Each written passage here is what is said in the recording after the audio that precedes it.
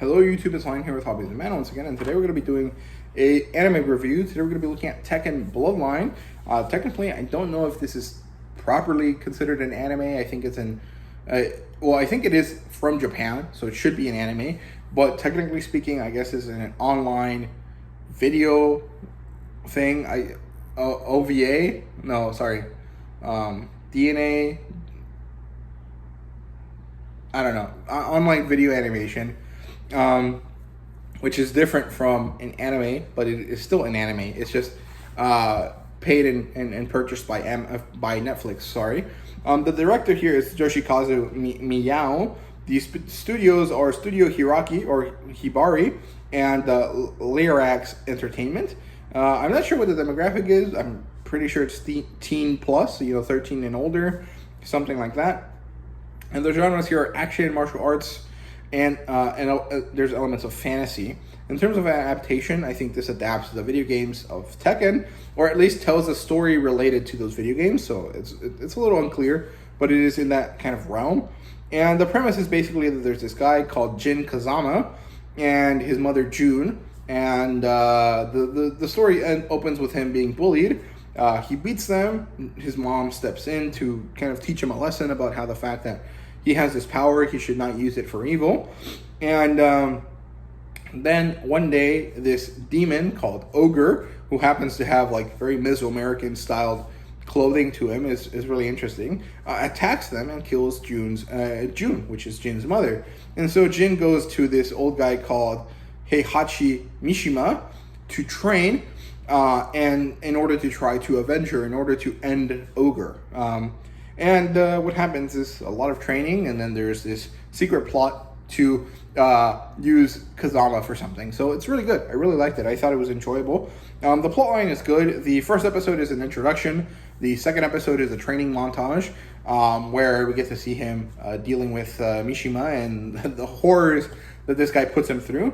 Episodes 3, 4, and 5 are the King of Iron Fist tournament, which is, I'm guessing, where the title Tekken comes from. I'm not sure how that turns into that, but I'm guessing that is where Tekken comes from.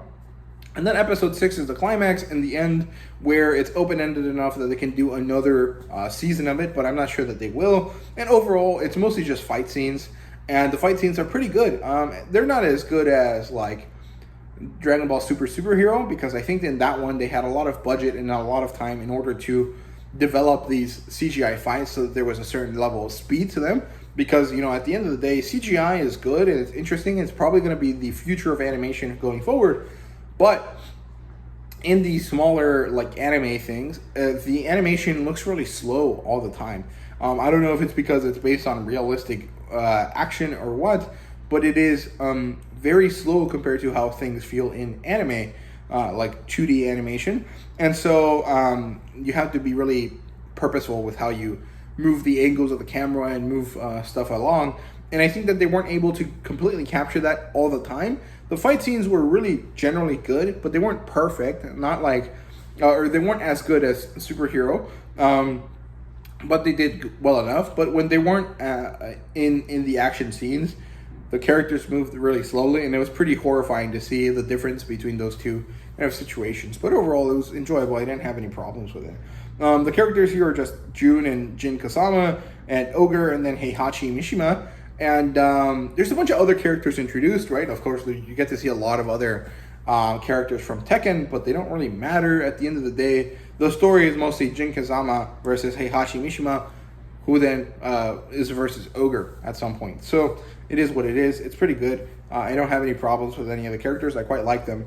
They're pretty interesting. In terms of world building, there's a lot of mystical, vaguely superpower-esque stuff around the martial arts, but we don't really get into it. We get to know that there's different fighting schools. Jin Kazama obviously is a Kasama style user, but he learns to use Mishima style from his grandfather Heihachi. And there's kind of different principles to the way that they do things. It's not necessarily like one of them gives them powers and the other one doesn't. It's more like Kasama style is more about pacifism, about taking down opponents, but not hurting them, not ending them. And Mishima style is a lot more harsh, a lot more direct. It's about definitely ending your opponent.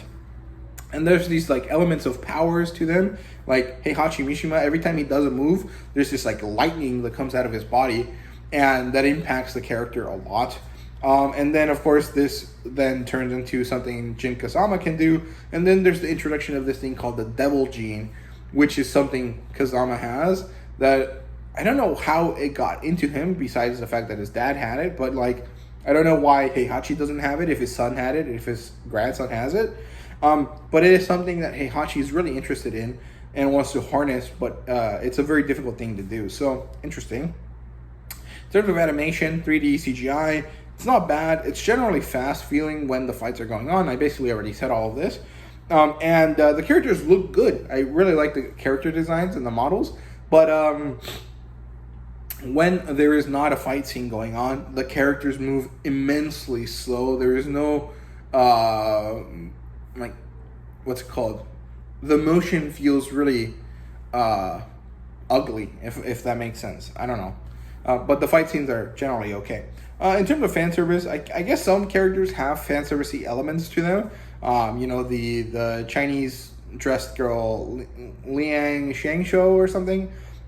She is a little bit like a fan service character. There's also this assassin lady that just has like boob armor, and then all of the rest of her body is basically nude, and she has some weird pants.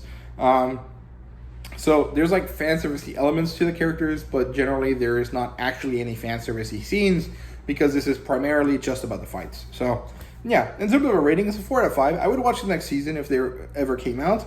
I don't necessarily know if I watched the whole show again, but it was only 3 hours, so it's like a long movie. I wouldn't really mind watching it again, but I don't have any reason to. But I would not be against it, if that makes sense. Like if someone else wanted to watch it and they were like, hey, do you want to watch this with me? I would sit down and watch it with them, but I wouldn't go out of my way to do so myself. So yeah, that's all I have to say about Tekken Bloodline. I hope you guys enjoyed the video. If you did, please leave a like, subscribe, and comment down below. Let me know your thought. And thank you guys very much for watching. See you guys later.